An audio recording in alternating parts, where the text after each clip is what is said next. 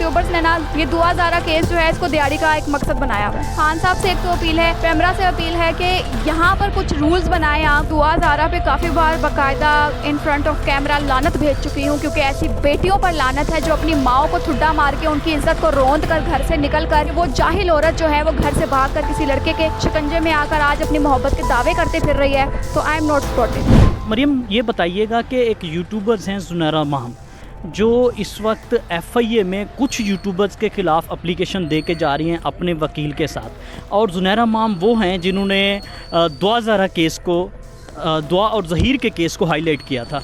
तो आप क्या कहती हैं कि एक जर्नलिस्ट को, क्योंकि ये ब्रॉडकास्टिंग जर्नलिस्ट हैं, दूसरे जर्नलिस्ट के खिलाफ कानूनी कार्रवाई करनी चाहिए या वो प्लेटफॉर्म यूज़ करना चाहिए? अच्छा, एक तो हमारे मुल्क में मसले बहुत ज़्यादा है, मैं किसी को सपोर्ट नहीं कर रही हूँ। मसला ये है कि जब हम पर्सनल होते हैं तो उसे कहा जाता है कानूनी तौर पर आप मुलाकात करें, ठीक है।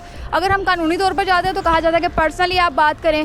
तो ज़ुनैरा माम का कहना भी यही है कि मैं पर्सनल हुई थी, पर्सनल बातचीत की है, मगर कोई मामला सामने नहीं आया जिस वजह से मुझे साइबर क्राइम में आना पड़ा है।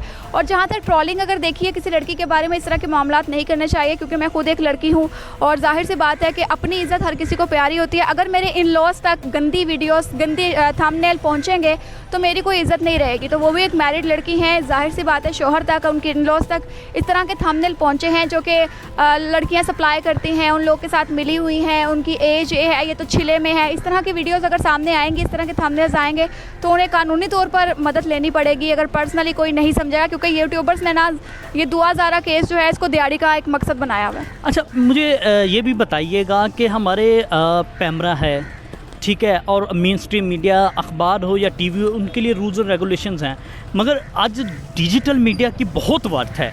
इवन के कभी कभी हमारे साबिक वज़ीर-ए-आज़म इमरान खान साहब ने जितना डिजिटल मीडिया या सोशल मीडिया को यूज़ किया है, लेकिन उन्होंने भी अपने 3.5 साल की हुकूमत में कोई कवानीन नहीं बनाए। क्या आपको नहीं लगता कि कोई रूल्स या कवानीन बनने चाहिए जिससे हम यूट्यूबर्स जो हैं कम से कम कुछ एजुकेट हो सकें और कुछ इस तरह के प्रोग्राम कर सकें? अच्छा, एक बात यह है कि जाहिर से सिंपल सी बात है कि 1200 या 1500 का माइक आता है सस्ते वाला, ठीक है। उसके बाद आप जो हैं वो चीज़ें रख सकते हैं कि एक मोबाइल ले लें जो आपके इस्तेमाल में भी है।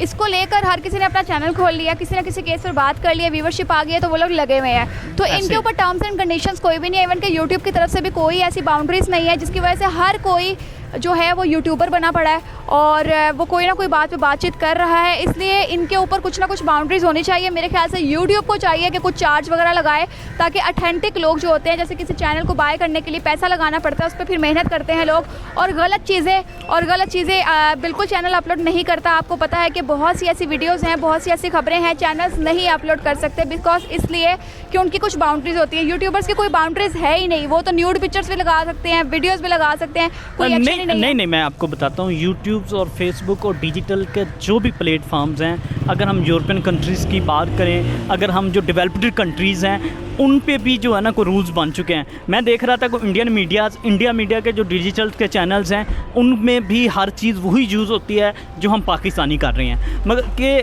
सुतर बेमुहार नहीं कहते जैसे एक फ़िक्रा होता है। ना इंडियंस ने कोई रूल्स और रेगुलेशंस बनाए हैं, ना हमारे पास हैं, तो ये नुकसानदेह है हम सब के लिए। तो आप इसको हुकूमत को, जो मौजूदा हुकूमत है या जो अथॉरिटीज़ हैं, उनको क्या तजवीज़ देना चाहिए? अच्छा, खान साहब ने भी यूट्यूबर्स को बुलाया था और लोग जो कहते हैं ना यूट्यूबर्स सहाफ़ी नहीं है, उनसे मैं कहना चाहूँगी कि यूट्यूबर्स भी सहाफ़ी हैं, एजुकेशन लेकर यहाँ पर आए हैं, मगर कुछ यूट्यूबर्स की वजह से यूट्यूबर्स बदनाम है कि वो सहाफ़ी नहीं है, क्योंकि उनको बोलना नहीं आता और वो आगे से इस तरह के मामलात करते हैं। तो खान साहब से एक तो अपील है, पैमरा से अपील है कि यहाँ पर कुछ रूल्स बनाएं आप कि इस बाउंड्रीज़ में आप रहकर ये मामलात कर सकते हैं, ये वीडियोस लगा सकते हैं, ये कंटेंट लगा सकते हैं, अदरवाइज़ उनके चैनल्स को बैन कर दिया जाएगा। जितने अथेंटिक यूट्यूब चैनल्स हैं उनको कोई ना कोई ब्लू नोटिफिकेशन दिया जाए, कि उनको ग्रीन साइन दिया जाए कि ये लोग काम कर सकते हैं, इनको मीडिया कार्ड दिए जाएँ, ना कि ये सिर्फ यूट्यूबर्स ही रहकर रह जाएँ, लोगों की मार्केटिंग करते रह जाएँ यूट्यूबर्स, ये सियासी मार्केटिंग करती रह जाएँ यूट्यूबर्स। इनको भी एक अथॉरिटी देनी ही चाहिए। अच्छा मरियम, आखिरी सवाल है आपसे। आप भी मेरे ख्याल में यूट्यूब देखती हैं, यूट्यूब चलाती हैं, यूट्यूब पे वर्क करती हैं, सोशल मीडिया पे भी वर्क कर रही हैं और ख़वातीन के लिए आप आवाज़ उठाती रहती हैं। आप दुआ ज़हरा को सपोर्ट कर रही हैं, ज़हीर को सपोर्ट कर रही हैं, या आप क्या कहना चाहेंगे कि इनका जो केस है अब ये हाई प्रोफाइल केस बन चुका है, इनके लिए आप आम पब्लिक को क्या कहना चाहेंगे? अच्छा, मैं तो दुआ ज़ारा पे काफ़ी बार बाकायदा इन फ्रंट ऑफ कैमरा लानत भेज चुकी हूँ, क्योंकि ऐसी बेटियों पर लानत है जो अपनी माओ को ठुड्डा मार के उनकी इज़्ज़त को रोंद कर घर से निकल कर इस तरह के चमाटे लगा रही होती हैं कि ख़ानदान में जलील हो, आपने हमें पैदा किया, ये आपकी सबसे बड़ी गलती है।